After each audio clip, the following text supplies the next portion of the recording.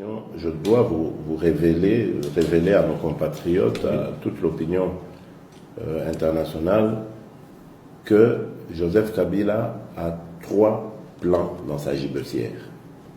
Le premier, déjà au départ, il n'a aucune intention de quitter le pouvoir.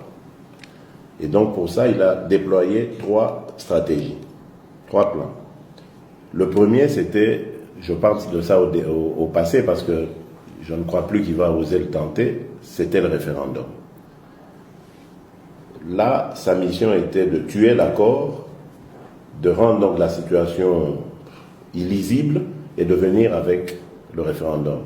Mais on lui a dit, s'il est capable d'organiser un référendum, c'est qu'il peut organiser des élections, puisque les référendums sont quelque part des élections. Donc ça a battu son plan en brèche. Le deuxième, c'est la stratégie du chaos, celle qui consiste à jouer aux pompiers pyromanes. Il met le feu, il n'y a plus d'interlocuteurs, il n'y a plus de possibilité d'intervenir, il met la MONUSCO dans de graves difficultés et il réapparaît maintenant comme la seule carte à même de pacifier le pays, etc. Ça, c'est le plan qu'il est en train de jouer aujourd'hui, dont on parlera. Parce que ce plan est en passe d'échouer. Et donc, lorsque ce plan échouera, il sortira le 3e, qui est le scénario que nous appelons à la Poutine. Ça, évidemment, ça consiste à garder le contrôle du processus électoral, ce qu'il fait toujours jusqu'à aujourd'hui, pour ensuite mettre un pantin qu'il aura choisi et qui va lui chauffer le siège pendant qu'il va se mettre un peu de côté. Et ce sera ce pantin qui sera le président de la République pour organiser évidemment son retour. Voilà les 3 axes sur lesquels Joseph Kabila est en train de se déployer. Il a échoué pour le référendum. Maintenant, il a mis le feu au pays. Ça avait commencé à Béni, ça arrive au Kasaï. Dieu merci, au Kasaï, son plan a échoué parce que vous savez que les vrais, c'est vrai qu'on a chargé les FARDC, etc. Mais les vrais responsables des massacres au Kasaï sont les milices de Gédéon Kyungu.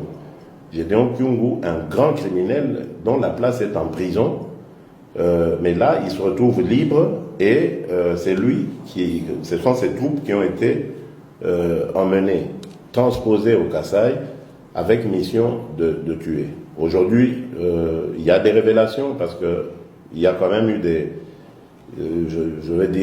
repentis peut-être parmi eux qui aujourd'hui se mettent à parler. Ce sont les milices de Gédéon Kyungu qui sont à la base des horreurs au Kasaï. Et ces milices sont instrumentalisées par Joseph Kabila et ses hommes. Il faut le savoir.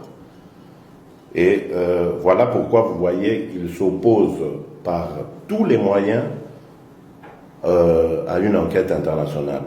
M. Okitundu est passé derrière nous, partout en Afrique, où on a été, même à des endroits où on n'a pas été, pour essayer d'obtenir de ses pairs africains de ne pas accepter cette initiative d'une enquête internationale. Mais je crois que là aussi, ils perdront la bataille qui est en train de se dérouler maintenant aux Nations Unies, enfin à Genève, les Nations Unies de Genève. Ils perdront cette bataille parce que, tout simplement, la vérité, on peut l'étouffer pendant longtemps, mais on ne peut pas l'étouffer tout le temps. Il est venu le moment où la vérité doit éclater et elle éclatera au grand jour et démontrera la vraie nature de ce régime. Et justifiera d'ailleurs notre position qui est de barrer la route à ce régime, de ne pas lui donner un jour de plus à la fin de cette année. Après la fin de cette année qui va sceller donc l'accord, la fin de l'accord que nous avons signé le 31 décembre passé. Donc voilà. Okay. Et donc pour revenir à votre question, je pense qu'au Kasaï, il y a des massacres, c'est vraiment des massacres qui ressemblent à un début de génocide. Il faut que la communauté internationale intervienne. Parce qu'après ça risque de s'étendre au Bas-Congo. Vous avez vu qu'il y a eu la libération de Nemwanda Semi, ou la pseudo-évasion, j'allais dire.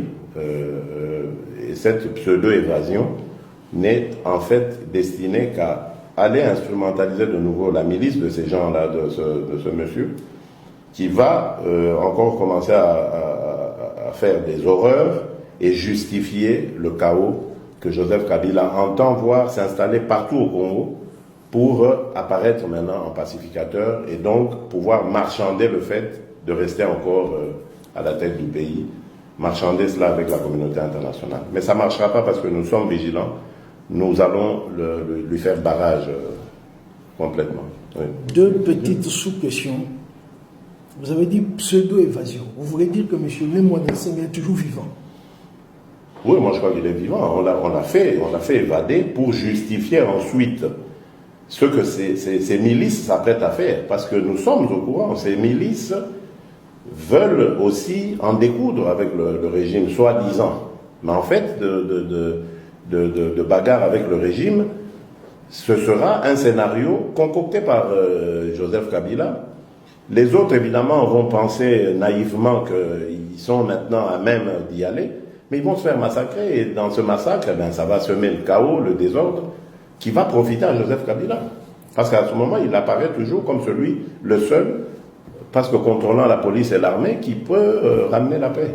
Et à ce moment, il sera le seul interlocuteur de la communauté internationale. Il en profitera pour faire passer ses desiderata. C'est ça le schéma.